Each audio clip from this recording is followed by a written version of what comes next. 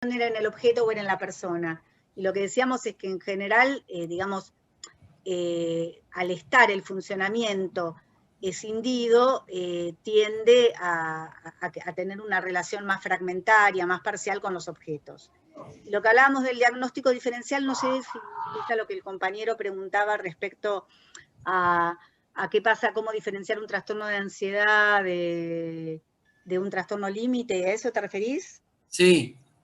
Bueno, lo que yo les decía que en la urgencia, por ahí no sé si es tan importante que primero hablaba que la urgencia, si querés, está desde el punto de vista, ver qué es lo urgente, ¿no? Si la persona está en riesgo, si está en un episodio psicótico. Primero es detectar eso.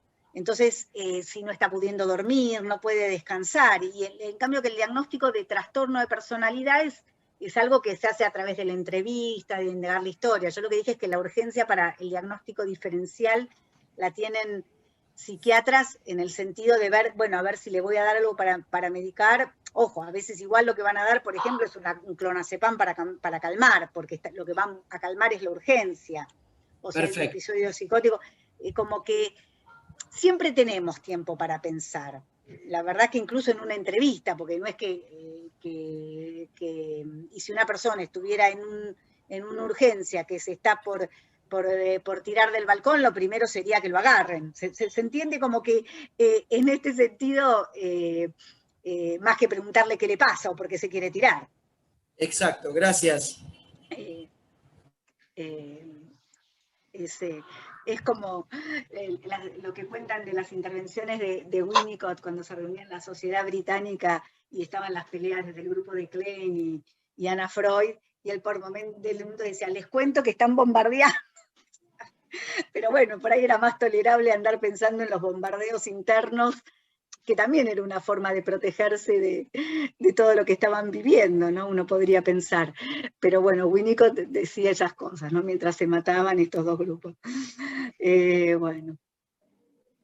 Entonces estábamos con las dimensiones. Cuando hablamos de la dimensión ligada a lo que sería la mentalización explícita versus la implícita, a mí me gusta más esa palabra que la automática versus controlada, es la implícita es el procesamiento rápido y reflejo, ligado más a lo no verbal, al uso cotidiano, y está ligado a las señales no verbales, ¿no?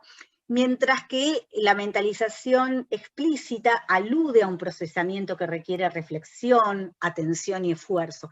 En general es un tipo de mentalización que se va a buscar usar en la psicoterapia.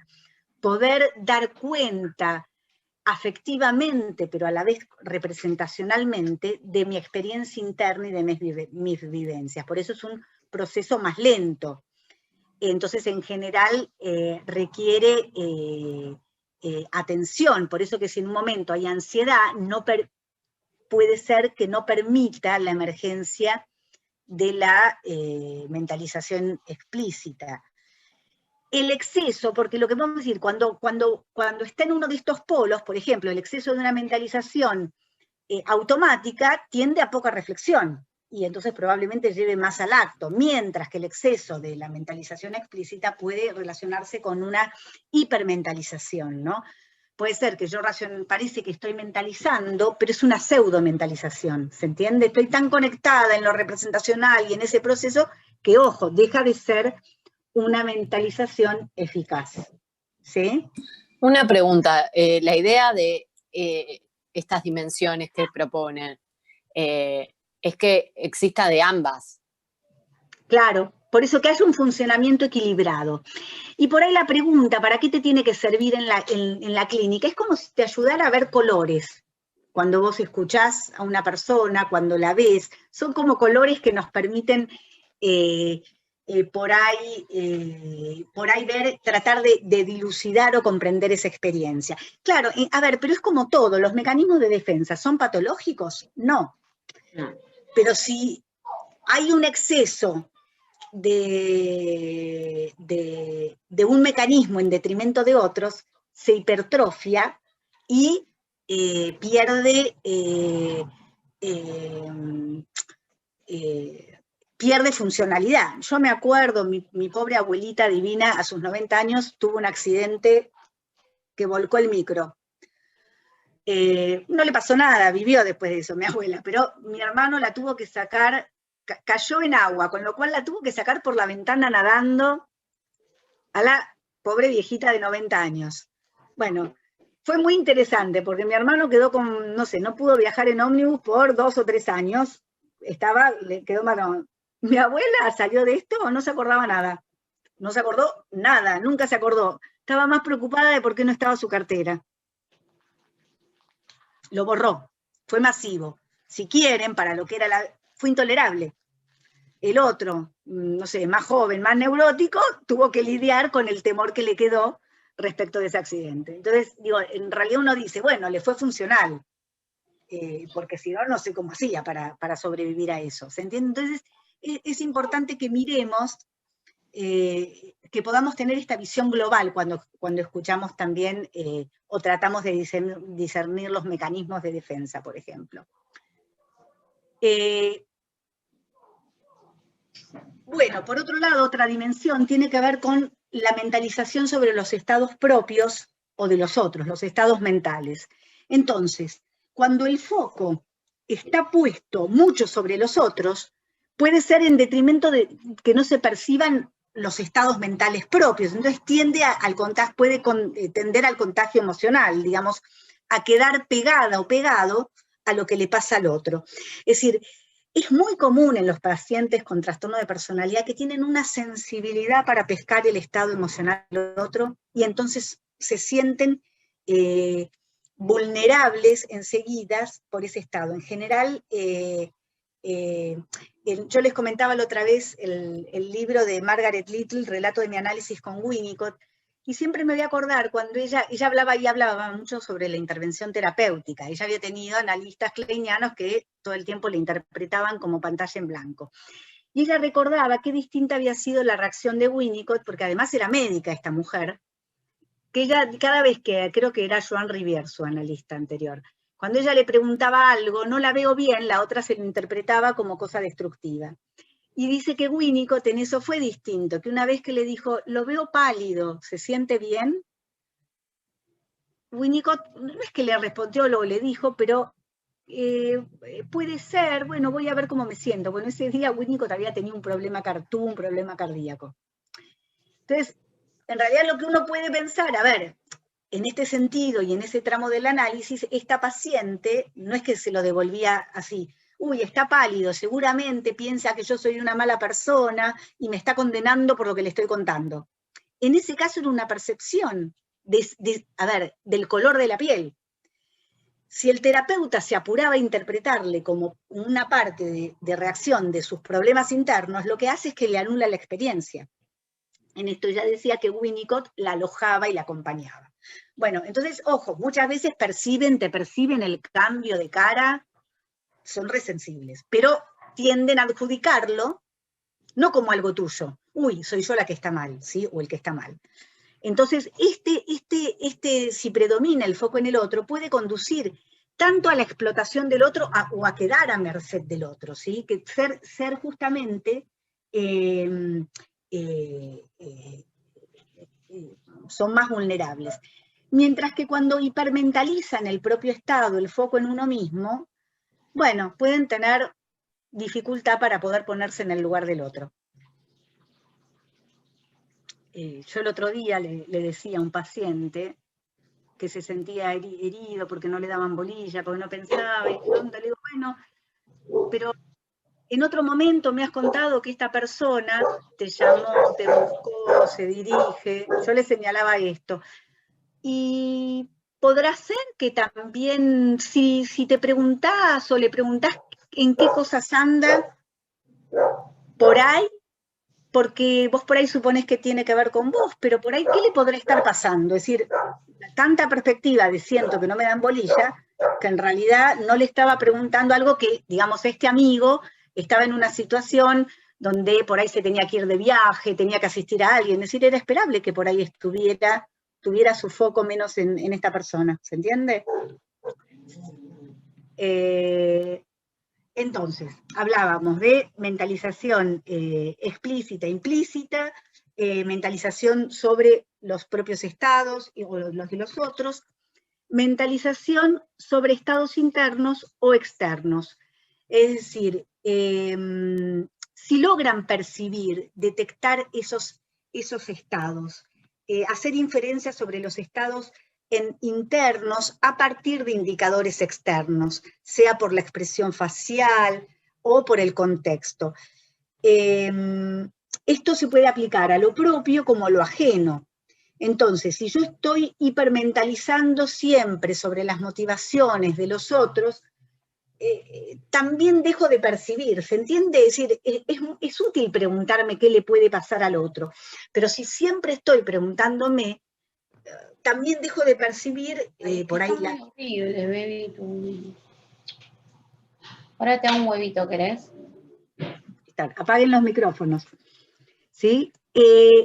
Y por otro lado, mentalización sobre los estados externos, en realidad quedan muy sensibles a lo no verbal, a las caras, tienden a hacer juicios basándose en las percepciones y características externas y pueden hacer juicios rápidos, asunciones rápidas, porque también están muy alertas cuando esto está hipertrofiado, ¿sí?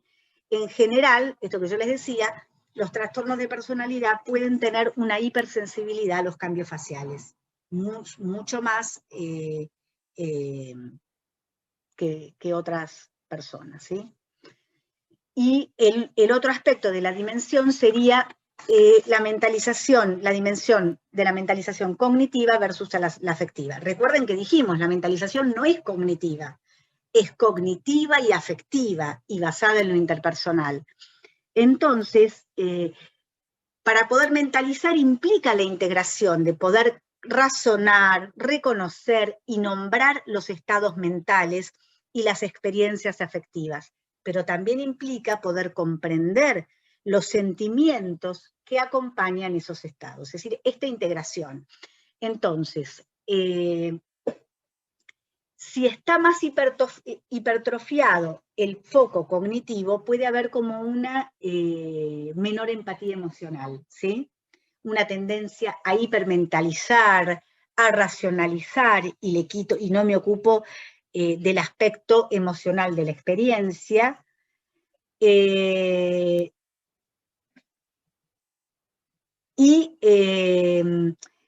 Y quedan fijados como a la experiencia concreta e inmediata. Mientras que si está hipertrofiado más el foco afectivo, son hipersensibles a las, digamos, señales emocionales, y entonces pueden verse desbordados por los afectos, ¿sí? Por eso susceptibles de contagio emocional, y siempre el self, si soy querido, no querido, lo relacionan en este punto.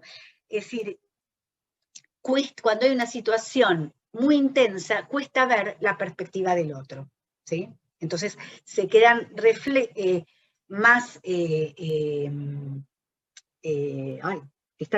predomina más el foco sobre la experiencia afectiva y propia, ¿sí?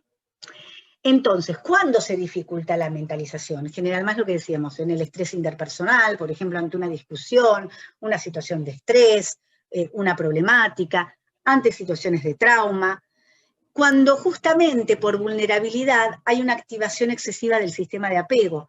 En la otra clase hablábamos de que a veces hay como una activación crónica del apego desorganizado. Entonces todo el tiempo está en alerta buscando protección. Y entonces no puede pensar qué me está pasando, qué le pasa a la otra persona. Y en este sentido es que emerge el alien self, en el sentido de fragmentación, discontinuidad del yo, y que es proyectado al exterior, ¿sí? Y vía mecanismo de identificación proyectiva se puede también proyectar en el otro. Entonces, en general, ¿qué dicen? ¿Qué sugieren desde la MBT? No ponerse a interpretar, sino a poder detectar la emergencia de estas situaciones. Me vi desbordado, estoy superado, estoy asustado, me siento atacado, en vez de decir esto es porque atacaste o porque temes que te ataquen, ¿sí? ¿Se entiende un poquito más lo que preguntaban del alien self? Y el alien self emerge porque me tengo que defender de una situación dolorosa, ¿sí? Del sufrimiento psíquico que supone esto y que trae una discontinuidad en el self, ¿sí? Y por eso aparecen como aspectos incoherentes. Esto sería lo que a ustedes les tiene que quedar. Si tienen una duda más detallada, la pueden... No tanto eso. ¿Cómo? Perdón, no entiendo tanto eso. Lo que tienen que... A ver, la emergencia de un alien self quiere decir que la integridad del self se pierde, entonces se tiende a proyectar, sea en el mundo externo, en vivencias con el otro, aspectos intolerables de ese sufrimiento psíquico en los objetos, ¿sí? Entonces se pueden sentir perseguidos, no mirados, no queridos. Esto es el mecanismo de identificación proyectiva. También es para entender esto, que esto es una experiencia altamente dolorosa, que no hay que buscar que lo reintroyecte. En este sentido difiere de la experiencia kleiniana.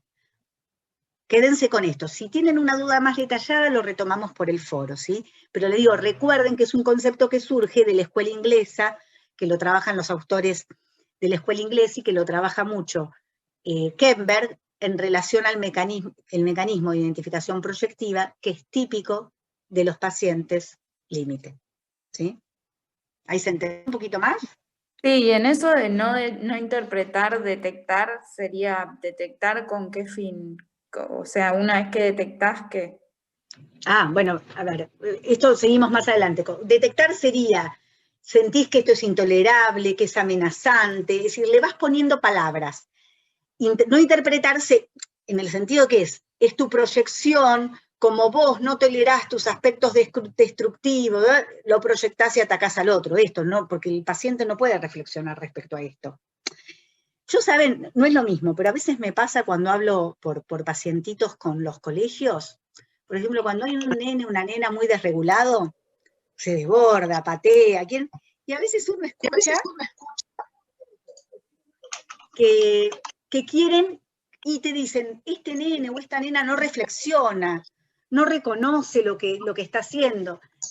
Y yo diría, bueno, ¿hay alguien, si pueden apagar el micrófono? Ahí está. Pues me escuchaba con acople. Cuando uno está sacado, cuando el chico no puede reflexionar, por ahí lo primero es parar. Entonces diría, bueno, sacalo del grado, que se tranquilice, porque si buscas que reflexione en el momento, si no está teniendo posibilidad, ¿sí? Bueno, eso no es un alien self, pero sería como, es decir, si vos le tirás que, bueno, no estás siendo solidario con tus compañeros, se están molestando en la... lo dejás mucho más destruido en ese momento. Lo primero es parar ese estado. Entonces, desde el punto de vista de la técnica, en general digo, estos pacientes a técnicas tan interpretativas tienden a sentirse atacados y favorece la transferencia negativa. ¿Se entiende? Que además ya la tienen cuando están así. En ese sentido decía detectar y que detectar funciona como continencia, continente, es decir, yo puedo escuchar tus aspectos horrorosos y estoy todavía acá con vos. Sería parecido al espejamiento de la afectividad. Esto te dio horror, estás asustada, ¿se entiende? Profe, por eso dice Bleichmar justamente que cuando nos encontramos en el consultorio con un self, digamos, que se siente en peligro, lo que hay que darle es seguridad, darle hacia la figura del analista que él se sienta seguro, porque ni él mismo sabe lo que está sintiendo. Bueno, en ese caso, con algo que puede ser más leve, que era como el trastorno de pánico, él cuestionaba que muchas veces el diván o el quedarse en silencio favorecía toda esta cuestión imprevisible que tiene el trastorno por pánico, que la persona siente que no puede controlar su cuerpo. Entonces, claro, dice, es iatrogénico, y de hecho en el texto él dice que por ahí a veces los settings psicoanalíticos curan al estilo de la desensibilización que tienen los cognitivos. Sí, él critica la psicología cognitiva justamente por esto, porque no toma en cuenta el lado afectivo digamos, de la... Sí, a ver, él no la critica, sino que él dice que para él hace, digamos, que él dice que la complejiza. Él dice, es útil, pero a mi criterio hay que hablar, hay que incluir todo el impacto afectivo, y que en general desde una línea psicodinámica no basta. Uno diría, bueno, sí, también lo incluye, pero le da mucho valor a lo cognitivo. A veces hay personas que cuando se trabaja lo cognitivo rápidamente pueden incluir lo afectivo, otras personas no, ¿sí? Entonces Bien, esto, estábamos acá. Bueno, entonces, las patologías límite, desde esta perspectiva, tienen fallas en la mentalización asociadas a ¿qué? Por un lado, la representación del afecto y la regulación afectiva, es decir, esto es lo que falla. Entonces aparecen formas primitivas de mentalizar y de subjetividad. Por eso hay una estructuración del sí mismo desorganizada. Lo que hablábamos de la identificación proyectiva y de la desconfianza epistémica. ¿Qué es la desconfianza epistémica? En realidad dice, los bebés o los niños pequeños nacen con la tendencia a confiar que las señales que le emite el entorno son confiables y entonces pueden tomar esta experiencia y pueden tomar información nueva. En realidad, las experiencias infantiles van a fortalecer esto de si el miedo es confiable para que yo aprenda y me puedo abrir a nuevas experiencias o no. En general, si ha habido trauma, si ha habido maltrato, si la relación con el objeto interno es de desconfianza, es probable que brinde un predominio de desconfianza epistémica. Es decir, yo me tengo que cerrar a esas experiencias nuevas porque me van a agredir, no me van a ayudar. ¿Se entiende? Esto se va a relacionar con la construcción de un vínculo confiable, donde el otro sea predecible y entonces yo pueda tomar sus señales ostensivas. Es decir, que aquello que me va a dar es confiable, no que es un peligro, ¿sí? Esa sería una característica. Bueno, y acá vamos con los modos prementalísticos, que son complejos. Es decir, a ver, son complejos, no sé si es por las palabras, es decir, aluden a experiencias, como decíamos, que en el desarrollo son propias en la infancia, y en realidad se ven en personas con un funcionamiento primitivo, ¿sí? Bueno. Y los tres modos que dicen que son típicos es el modelo de equivalencia psíquica, el modelo teleológico o el modelo como si, que se llama de distintas maneras, como si pretend mod, que quiere decir el modo, el como si, o la otra que me falta, el otro término, que me lo olvido, el simulado. Ahí está. Que la traducción es más, en inglés es más, no sé, es como, cuaja más con el inglés. Nosotros modo simulado no es algo que usemos. Entonces, equivalencia psíquica, que se acuerdan pretendido, tal vez. Es pretendido, pero el pretend, por eso digo, es el como si. Yo creo que la traducción más clara para nosotros es el como si. Pero lo importante es que entendamos el concepto. ¿Recuerdan cuando vimos la equivalencia psíquica que madurativamente era propio de los niños pequeños, ¿sí? Y que tenía que ver con que hay una ecuación entre lo interno y externo. La persona o los infantes suponen que aquello que perciben o que piensan va a ser igual a lo que va a poder percibir el otro. Entonces, ¿qué sucede en los funcionamientos patológicos? No pueden aceptar distintos puntos de vista. Entonces, hay certeza, pensamiento y realidad no se diferencian, tienen certeza, entonces le cuesta poder tomar que quizás al otro le pase algo distinto.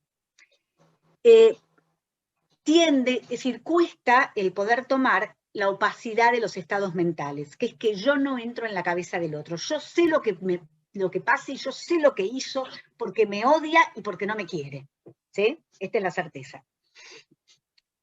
Por eso siente realidad. Cuando dice siente que los pensamientos son reales, es decir, son vívidos, yo tengo certeza de que esto es así. Por eso falta la cualidad como sí. Esto es lo que por ahí vieron en transferencia. En la transferencia como sí yo puedo sentir odio y rabia con el analista porque no me comprende, pero a la vez sé qué es lo que está pasando ahí. No es que sos vos la mala que me vas a odiar y que me vas a atacar, ¿sí? Bueno, entonces esto otra vez da lugar a la identificación proyectiva, es decir, tiende a depositarse estos aspectos intolerables en el otro. Y en general, la emoción domina la cognición, ¿sí?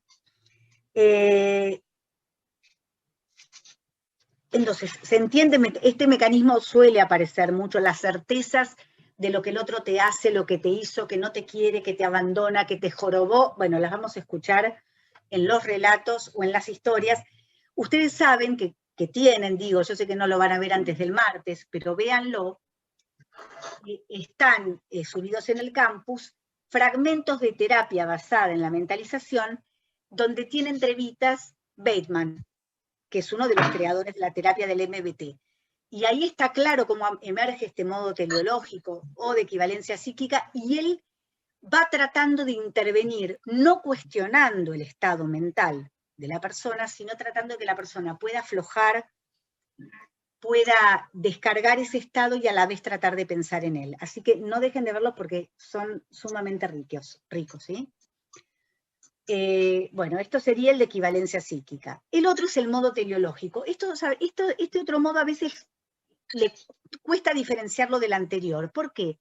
En realidad tienen una relación, pero a lo que alude el modo teleológico es el foco en la acción física y observable, mientras que el de equivalencia psíquica es más a lo afectivo de la experiencia. Yo sé lo que pasa, ¿sí? En este caso del teleológico, los estados mentales se reconocen por el resultado físico observable. Y entonces muchas veces ven estas reacciones físicas, las miradas, y en general cuesta que emerja la mentalización controlada, ¿no? Y espera. Y también hay ausencia de la mentalización implícita, ¿no? Sobre todo está tan privilegiado lo observable que es como que queda el foco en el mundo externo, ¿sí? Y entonces esta ida y vuelta, déjame también esta frase, entre lo interno y lo externo, el self propio y el self del otro, es como que está roto. Solamente lo observable me da datos, ¿sí? Porque lo teleo, todo lo que tiene que ver con lo teleo no tiene que ver con el fin. Claro. Porque Sí. por filosofía y demás, y a ver, filosofía, latín, sí. todas esas cosas, todo lo que es teleo es el fin para el que se hace. Por ahí me confunde. Eso, no, está bien. Lo que pasa, ¿por qué lo usaron? Porque el fin, es decir, la acción es la que determina el fin. Lo que yo observo me habla de la intención. En este sentido, es como que la intencionalidad, que es algo típico de lo que busca indagar la mentalización, acá estaría en que eso que yo vi me muestra la intencionalidad. Quizás por eso se llamó teleológico, ¿sí? Pero está bien lo que vos decís, porque está ligado más como al fin, y en este caso está puesto en la acción física, ¿sí? Claro, sí, no, por ahí porque me confunde, porque uno trata a veces de incorporar el concepto con la palabra que lo define como para hacer más fácil el estudio, digamos, y por ahí no confundir eso con lo por eso esto puntualmente observable. Es decir, lo observa, es lo que vi, ahí está el fin, no hay otra cosa, ¿sí? Entonces ahí tengo el indicio.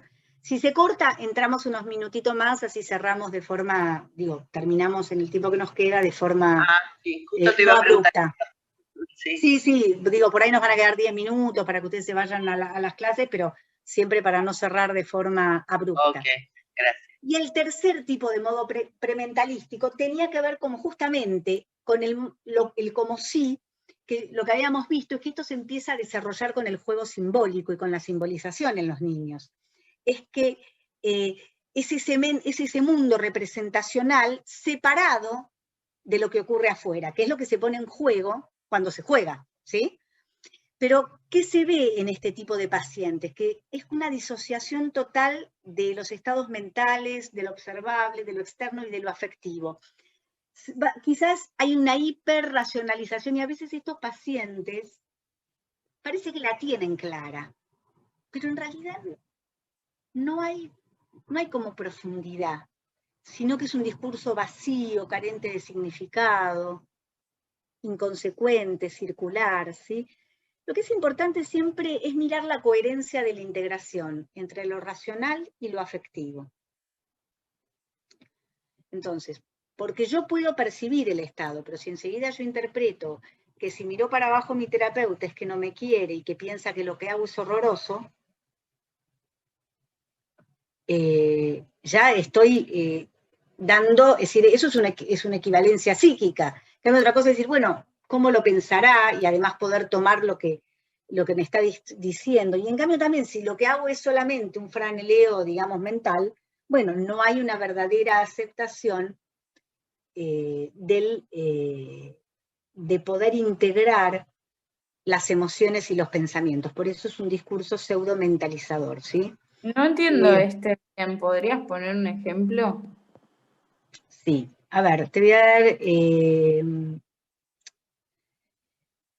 a ver, podría ser que un paciente, una persona, tienda a hablar mucho al estilo obsesivo, ¿no? Donde va a ver todos los vericuetos y seguramente lo que le pasa es que de que esta persona tenía esto, y en realidad por otro lado no se está contactando con la experiencia. Les voy a dar un ejemplo que el otro día en la charla con un paciente yo tenía, que no tiende a tener un predominio de como sí, pero era interesante porque yo le preguntaba qué le pasaba con esto que me contaba, que era algo como afectivamente que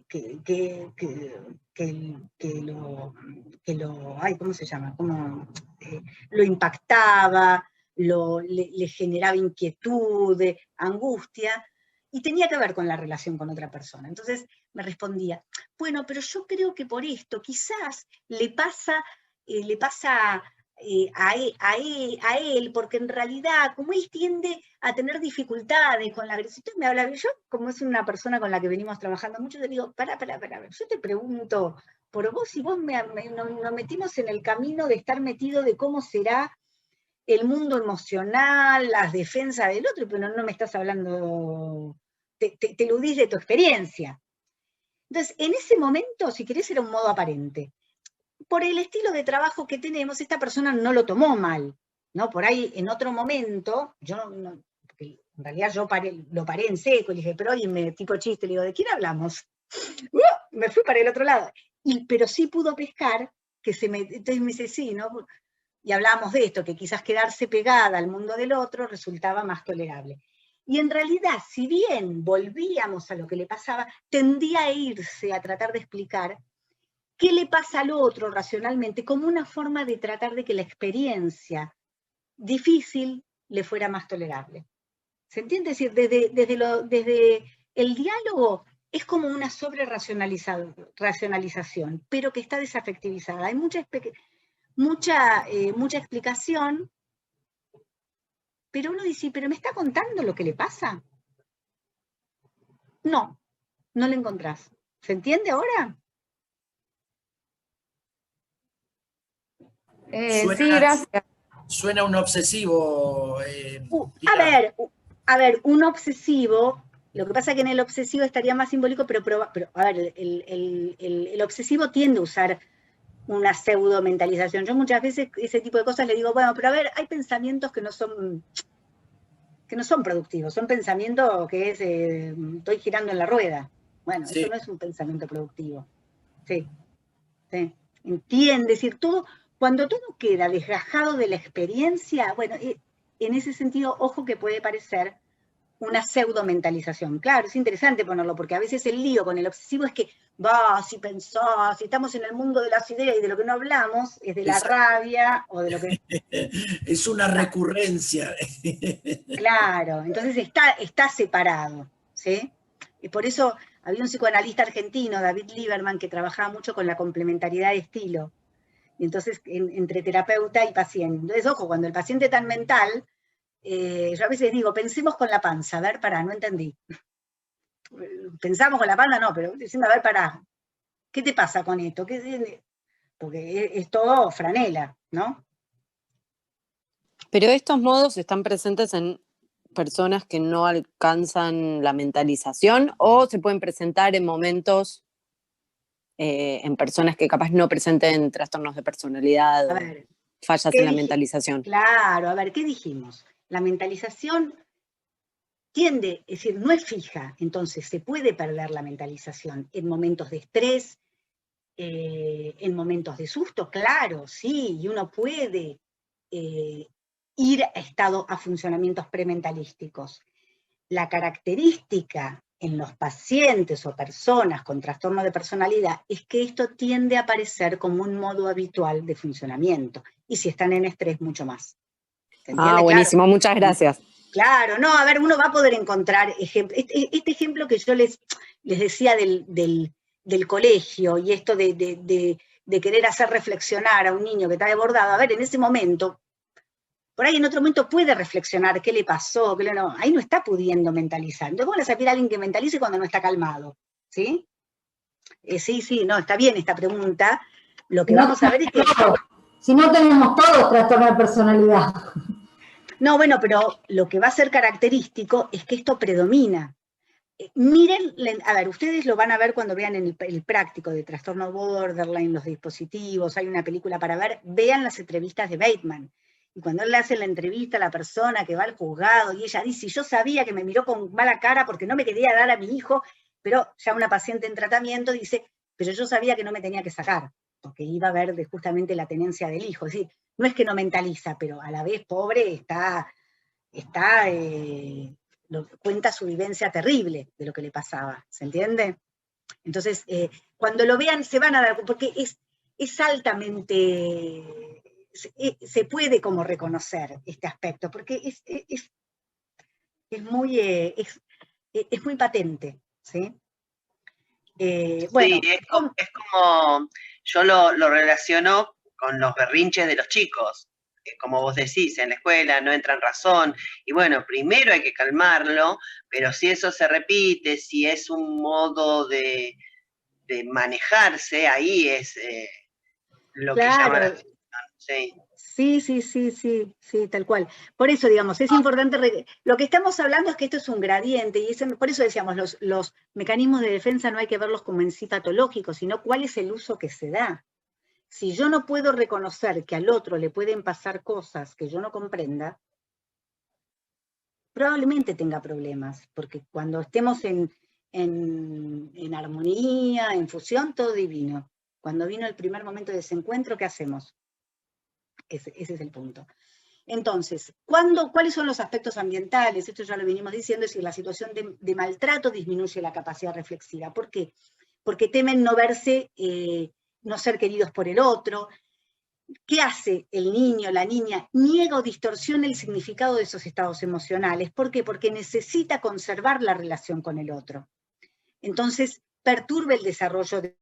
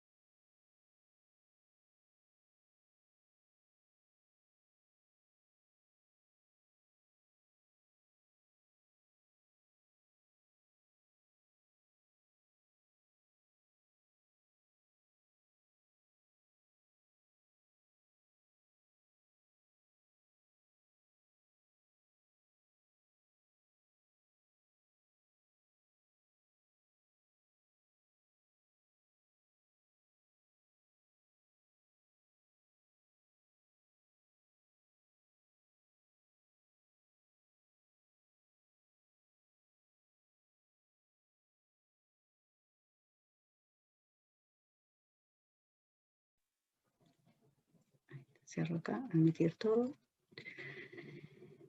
Entonces, en general, las fallas de mentalización se van a dar en situaciones de maltrato, prolongadas, ¿no? Todo esto que hablamos, esperen que voy a correr esto acá, sí puedo ver esto.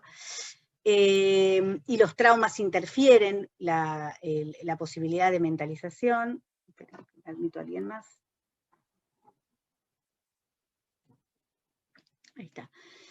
Y queda hipersensibilidad en la relación con los otros, ¿sí? En todas estas cuestiones. Por otro lado, sí. Te hago una consulta. Cuando decís situaciones de maltrato, por ejemplo, ¿esto se puede tener en cuenta la realidad psíquica de cada persona? Porque de repente, viste que se dice comúnmente, 2 hijos criados por los mismos padres, viendo las mismas situaciones, lo perciben de una forma y de otra. Obviamente, como decimos, todas estas cosas son multifactoriales y va a entrar, si la persona lo vive como intrusivo, como maltrato, y a veces también dentro de las familias hay las relaciones con los distintos hijos no son iguales, o por ahí le tocó otra etapa de la vida. Sí, tal cual. Yo no digo, esto es un ejemplo, el año pasado había habido una situación de unos nenes, unos hermanitos que fueron llevados o rescatados como para ir a hogares o no, que eran como un grupo de 5 que estaban viviendo solos sin la madre, y el más grande tenía 15. ¿Y qué estaba haciendo el más grande? Estaba tratando de conseguir comida, mendigar, y los cuidaba, y era sumamente cuidadoso con los hermanos. Ajá. No cabe duda, y por otro lado creo que había situaciones de adicción en la mamá, es decir, toda una serie de situaciones. Entonces, incluso también a veces el maltrato puede tener que ver con que, bueno, hubo situaciones de adicción, entonces fueron en un momento, en otro no, y era interesante porque por ahí lo tenían. ¿Qué es importante en esto? Todos estos estudios que también se hicieron empíricos, es decir, está ligado. No quiere decir que el maltrato va a hacer que haya funcionamiento reflexivo bajo, ¿se entiende? Esto no es unívoco, sino que las situaciones de maltrato tienden a inhibir la mentalización, porque es muy doloroso y es muy difícil protegerse, que si vos sentís que no hay sostén, que hay violencia y ataque de la figura que dependés, y sos pequeño, poder defenderte. Digo, esto también ocurre en las relaciones por ahí de pareja, ¿sí? Claro, sí. Entonces, interfiere con la posibilidad de mentalización. Cuando puede desarrollarse el funcionamiento reflexivo, luego la mentalización puede ser justamente una protección frente a estas situaciones, ¿sí? Sí, claro. Entonces, y puede quedar, el trauma también puede quedar una hipersensibilidad a tener que activar el sistema de apego como esto de andar buscando la protección del otro porque siempre puede estar en peligro, y entonces tiende a relaciones con el otro de dependencia a pesar de la situación en la que se ponga. Es decir, lo importante de esto es no caer en un análisis A es B, sino poder mirar el rompecabezas, ¿no? Lo mismo esto, por ejemplo, si la especularización por parte del adulto no es congruente, lo que queda es que dificulte establecer el vínculo entre los estados mentales y la realidad que se observa. Entonces, en vez de calmarlo o entender, bueno, no pasa nada, bueno, vas a la escuela, bueno, ¿qué vas a extrañar? Si vas a la escuela, todos los chicos van. Eso lo que hace es descalificar que por ahí todavía no se siente seguro o segura para ir, ¿se entiende? Entonces, las representaciones tienden a no tener peso a nivel emocional. Entonces, la persona puede utilizar muchos clichés, las cosas típicas, pero en realidad no hay una verdadera conexión. Esto es lo que sería más el predominio del funcionamiento como sí. ¿Sí? Y otro aspecto sería, otro tipo de falla, es el desarrollo de la mente, cuando hay una especularización por parte del adulto, pero marcada. ¿Qué quiere decir? Que el espejamiento es isomórfico. Es decir, lo que hace es que lo asusta. Si el niño está asustado y el adulto mira con cara de pánico, en realidad no le da un significado calmante a su experiencia, y entonces tiende a haber una escalada del efecto negativo. No logra el objetivo de regular, y atemperar la manifestación afectiva. Esto es como cuando, un ejemplo sería cuando un niño se cae, que mira la cara del padre para ver cómo reacciona. Sí, sí, sí, tal cual. Que en general se asusta. Bueno, si esto está repetido en las distintas situaciones, este patrón mantenido a lo largo del tiempo tiende a favorecer justamente lo que decíamos, la equivalencia psíquica, la identificación proyectiva. Es decir, dice, cuando rastreamos en la historia, vamos a ver estas cuestiones, ¿sí? A ver, esto lo voy a decir cortito y cualquier cosa, porque ustedes en práctico después van a ver terapia basada en la mentalización, y si no, lo retomaremos después del parcial. ¿Qué va a importar todo esto a la hora del trabajo con estos pacientes? Es que es muy importante el encuadre, el establecimiento de una relación de apego con el paciente. Por eso el vínculo terapéutico como base segura, como un lugar del cual no me tengo que proteger y no me va a atacar, es un lugar importante. Entonces, uno de los objetivos es facilitar los procesos reflexivos, poder comprender los estados mentales, identificarlos, poder externalizar esos estados del self insoportable, es decir, que lo pongamos poner sobre la mesa y tanto terapeuta y paciente los podemos mirar, escuchar, y esto sería el objetivo de transformarlos en intencionales, de teleológicos e intencionales. Teleológico en este sentido, tomando la pregunta que hacía el compañero, claro, es el fin. El estado mental es un fin, es un acto, mientras que intencional es que a la conducta le subyace un estado. Alude a esto, ¿sí? Y entonces es muy importante trabajar sobre la desconfianza epistémica, es decir, que pueda desarrollar confianza epistémica en que el terapeuta es predecible, es confiable, y que entonces esto se pueda trasladar al setting, a la vida diaria. Lo que dice Fonagy y Bateman es que hay 3 terapias que están siendo probadas y efectivas, incluso con tratamientos con investigación empírica, que son la MBT, la terapia focalizada en la transferencia, que es psicoanalítica también creada por Clarkin, basado en todos los desarrollos de Kemberg en Estados Unidos, ¿no? En Cornell, y la otra es la DBT, la terapia dialéctico-conductual, que es del cognitivismo. ¿Qué comparten estas 3 terapias? Él dice, en realidad comparten estos 3 sistemas de comunicación. Dice, cuando se las analiza, las 3 trabajan lo mismo. Por un lado, le comunican al paciente el modelo terapéutico que van a utilizar. Es decir, generalmente se les explica cómo va a ser este tratamiento. Y dice que esto favorece la confianza epistémica.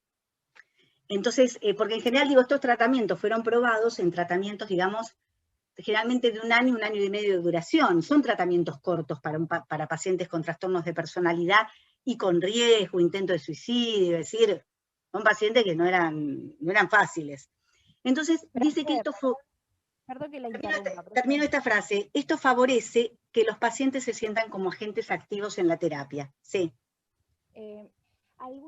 Varios tenemos la clase a 1:30 de prácticos. Sí. Y en realidad, más que nada para saber si podemos cortar un poquito antes, o por lo menos... Sí, yo termino esto, y a ver, esto que yo les estoy diciendo, ya de la MBT, no va para el parcial, ¿sí? Lo van a retomar en la clase de prácticos el martes, por eso vayan, porque más allá del parcial, tienen la clase de práctico con este tema, que es re importante, y nosotros en el teórico lo vamos a retomar. Así que váyanse. Yo termino esto para los que puedan, y obviamente va a estar puesto en el campus, ¿sí? Gracias, profe, bárbaro. Entonces, es decir, esto de, por un lado, comunicar el modelo terapéutico y que esto favorece la alianza terapéutica, y el lugar del paciente como que, a ver, vos venís a trabajar acá venís a trabajar. Después dice que los tres tipos de terapia, en general, tienden a buscar incrementar la mentalización del paciente. Y estos 3 tipos de terapia también incluyen que buscan aplicar todo esto trabajado con el paciente en el entorno social. ¿Qué quiere decir? Que en general tienen abordaje individual y abordaje grupal, y tienden a trabajar mucho la experiencia del aquí y ahora en la relación con los demás.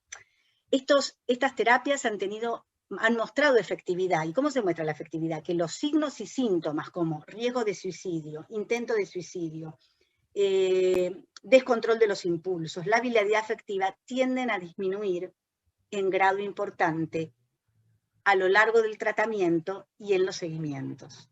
Digo, estos son pacientes de mucho riesgo y sobre todo cuanto más jóvenes son los que tienen más riesgo, ¿sí?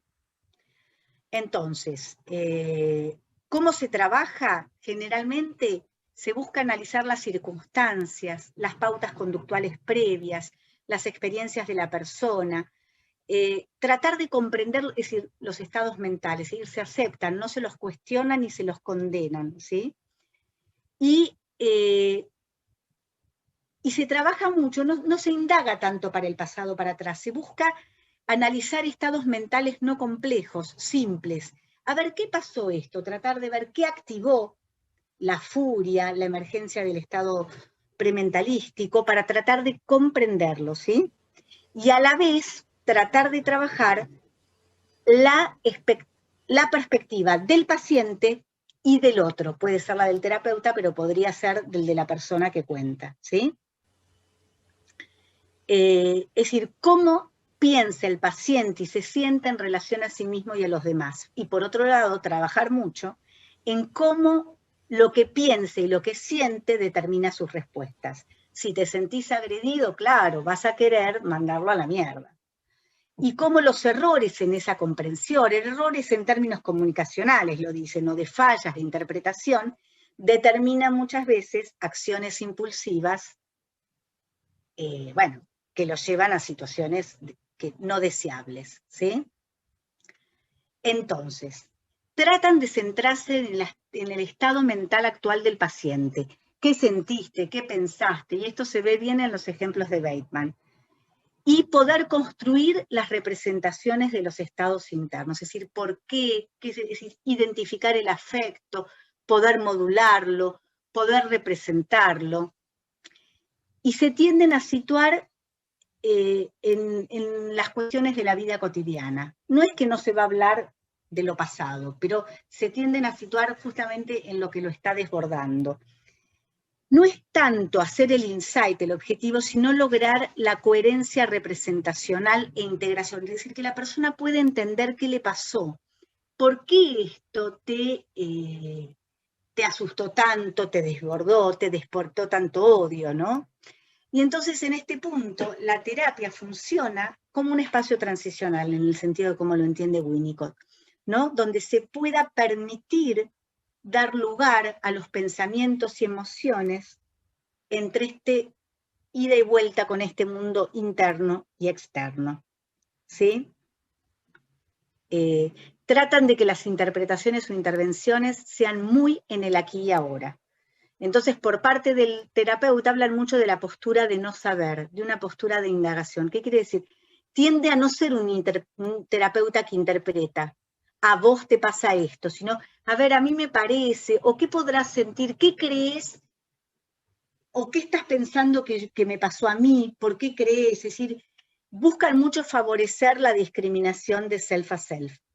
Y en este sentido, la validación empática, que hablamos la otra vez, que es comprender ese estado emocional en el que entró.